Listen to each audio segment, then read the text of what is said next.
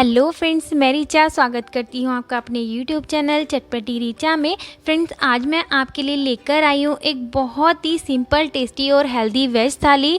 बिना झंझट, बहुत ही कम समय में इस तेज़ गर्मी में आप फटाफट से कैसे वेज थाली बना सकते हैं, जिसे खाकर आपकी फैमिली या आपके मेहमान बहुत ज़्यादा खुश हो जाएंगे और आपकी तारीफ़ किए बगैर रह ही नहीं पाएंगे। बहुत कम मसाले, बहुत कम ऑयल में हम आज इस वेज थाली को बनाकर तैयार करेंगे। तो फ्रेंड्स, चलिए देर किस बात की, शुरू करते हैं इसको बनाना। यहाँ पर आज मेरी थाली में मैंने बनाई मीठी सिवई, अरबी की सब्ज़ी, छोले, बूंदी का रायता, मटर पुलाव और बेड़े। तो फ्रेंड्स, सबसे पहले हम बनाने वाले हैं अरबी की सब्ज़ी। अरबी की सब्ज़ी बनाने के लिए मैंने यहाँ पर ली है एक कढ़ाई में अब हम ऐड करेंगे सरसों का तेल। आधा चमचा मैंने सरसों का तेल यूज़ किया। आप जो भी ऑयल खाते हैं वो ले सकते हैं, पर सरसों के तेल में सब्जियाँ बहुत ही ज़्यादा स्वादिष्ट बनती हैं, तो आप सरसों का तेल ही यूज़ करें।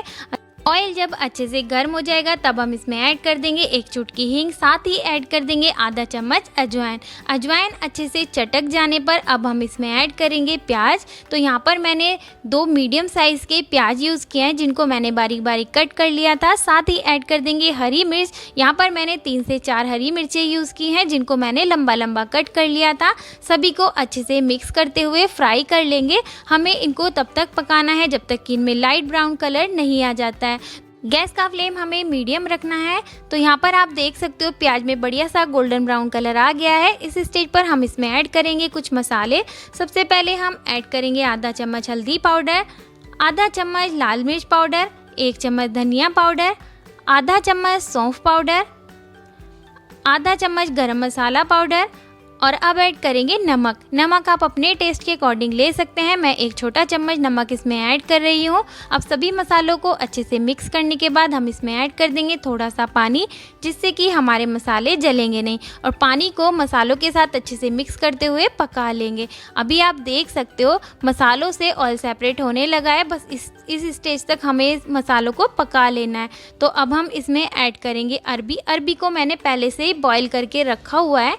जैसे कि हम आलू को बॉईल करते हैं वैसे ही अरबी को भी बॉईल किया जाता है। तो यहाँ पर मैंने 2 सीटी लगाकर अरबी को बॉईल कर लिया था और उनको इस तरह से गोल गोल पीसेस में कट कर लिया है। अरबी का शेप और साइज़ बिल्कुल आपके ऊपर डिपेंड है, जिस शेप या साइज़ में आप कट करना चाहते हैं कर सकते हैं। तो यहाँ पर अरबी को अच्छे से मिक्स करते हुए हम इसी तरह से 2 से 3 मिनट तक के लिए इसको फ्राई कर लेंगे।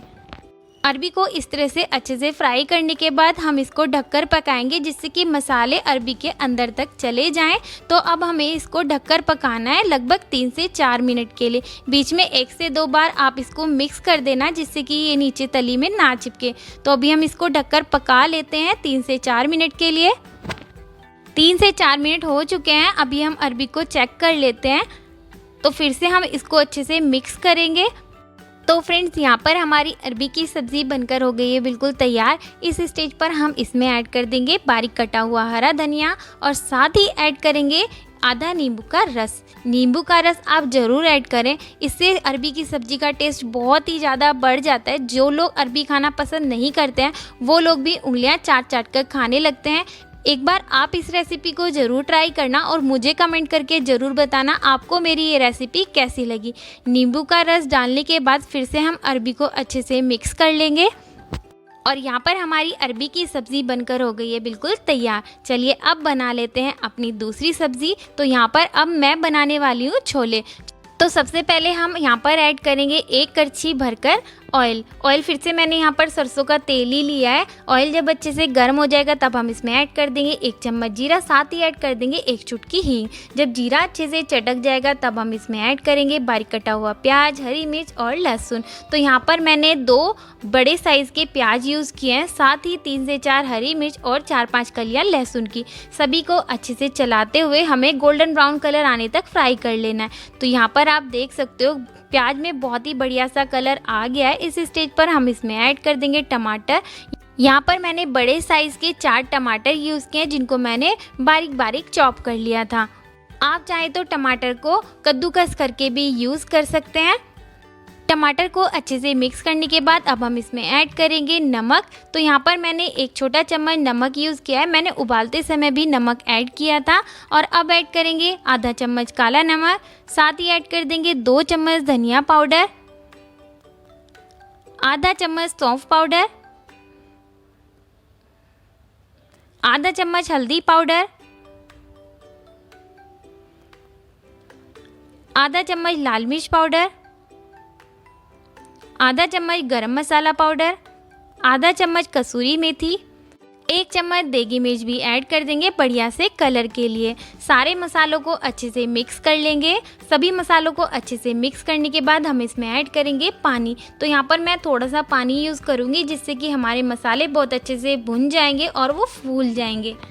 पानी डालने के बाद फिर से मसालों को अच्छे से मिक्स कर लेंगे और अब हमें इन्हें तब तक पकाना है जब तक कि इनसे ऑयल अच्छे से सेपरेट नहीं होने लग जाता। फ्रेंड्स, मसालों की क्वांटिटी आप अपने अकॉर्डिंग थोड़ी घटा या बढ़ा भी सकते हैं।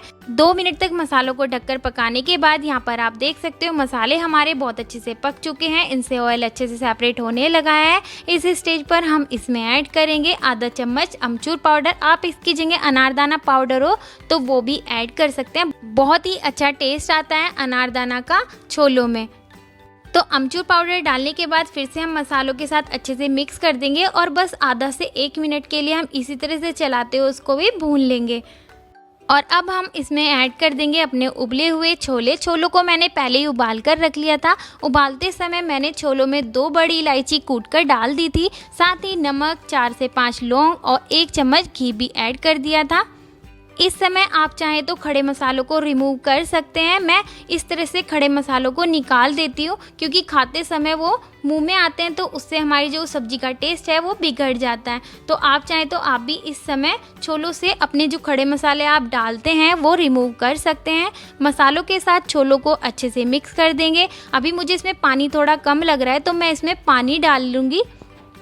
यहाँ पर मैं गर्म पानी यूज़ कर रही हूँ। बनी हुई सब्जी में आप हमेशा गर्म पानी यूज़ करें, ठंडा पानी बिल्कुल भी यूज़ ना करें, उससे सब्जी का टेस्ट ख़राब हो जाता है। गर्म पानी डालने से सब्जी का टेस्ट बहुत ज़्यादा बढ़ जाता है। दूसरा, हमारी जो सब्जी का कुकिंग प्रोसेस होता है ना वो रुकता नहीं है, वो और भी ज़्यादा फास्ट हो जाता है। अभी हम छोलों को ढककर पका लेंगे 4 से 5 मिनट के लिए। यहाँ पर 4 से 5 मिनट हो चुके हैं, आप देख सकते हो तो कितना बढ़िया सा कलर आ गया हमारे छोलों में। तो अभी हमारे छोले हो गए हैं बनकर बिल्कुल तैयार। यहाँ पर हमारे छोले तो हो गए हैं बनकर तैयार। अब इसके ऊपर हम ऐड कर देंगे बारीक कटा हुआ हरा धनिया। फ्रेंड्स, बिना प्याज लहसुन के छोले की रेसिपी भी मैं आपके साथ ऑलरेडी शेयर कर चुकी हूँ। अगर आप देखना चाहते हैं तो आप देख सकते हैं, उसका लिंक मैं डिस्क्रिप्शन बॉक्स में डाल दूँगी। छोले बनकर हो गए हैं बिल्कुल तैयार। चलिए अब बना लेते हैं मटर पुलाव।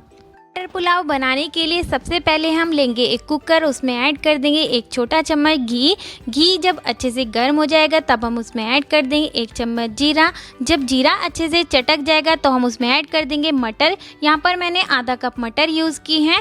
मटर डालने के बाद हम उसको 1 मिनट तक चलाते हुए अच्छे से फ्राई कर लेंगे। इससे मटर का स्वाद और भी ज़्यादा बढ़ जाता है और कलर भी बहुत बढ़िया निकल कर आता है। जब मटर अच्छे से फ्राई हो जाएंगी तब हम इसमें ऐड कर देंगे चावल। 1 गिलास चावल के लिए यहाँ पर मैं 1.5 गिलास पानी यूज़ कर रही हूँ। अब पानी डालने के बाद हम अच्छे से चावलों को मिक्स कर देंगे। चावल को अच्छे से मिक्स करने के बाद हम इसमें 1 सीटी लगाकर इसको पका लेंगे। फ्रेंड्स, आप इसमें 1 छोटा चम्मच नमक ज़रूर ऐड करें, इससे बहुत ही अच्छा टेस्ट आता है हमारे चावलों में। तो यहाँ पर हमारा मटर पुलाव भी हो गया बनकर तैयार। चलिए अब बना लेते हैं रायता। मैं यहाँ पर बूंदी का रायता बना रही हूँ, जिसके लिए मैं यहाँ पर आधा कटोरी पानी यूज़ कर रही हूँ। ये गर्म पानी मैंने यहाँ पर ले लिया है। इसमें हम ऐड कर देंगे आधा कटोरी बूंदी। पानी में बूंदी को बस 2 से 3 मिनट के लिए हमें इसी तरह से भिगाकर छोड़ देना है, जिससे कि हमारी जो बूंदी है वो बहुत अच्छे से फूल जाएगी। जब तक हमारी बूंदी फूल रही है तब तक हम चलिए अपनी जो दही है उसको अच्छे से मिक्स कर लेते हैं। दही को अच्छे से मिक्स करने के बाद अब हम इसमें ऐड करेंगे थोड़ा सा पानी, क्योंकि दही बहुत ज़्यादा थिक है, बूंदी डालने के बाद और भी ज़्यादा थिक हो जाती है। तो यहाँ पर आप देख सकते हो बूंदी भी हमारी बहुत अच्छे से फूल चुकी है। बूंदी को हम सेपरेट कर लेंगे पानी से। बूंदी को सेपरेट करने के बाद हम इसको ऐड कर देंगे दही में। अब बूंदी को दही के साथ अच्छे से मिक्स कर लेंगे। बूंदी अच्छे से मिक्स हो चुकी है। अब हम रायते में लगाएंगे एक तड़का। तड़के के लिए मैंने यहाँ पर लिया है 1 चमचे में सरसों का तेल। तेल जब अच्छे से गर्म हो जाएगा तब हम इसमें ऐड करेंगे खूब सारा हींग और साथ ही ऐड कर देंगे जीरा। जीरे को बहुत अच्छे से हमें चटकने देना है।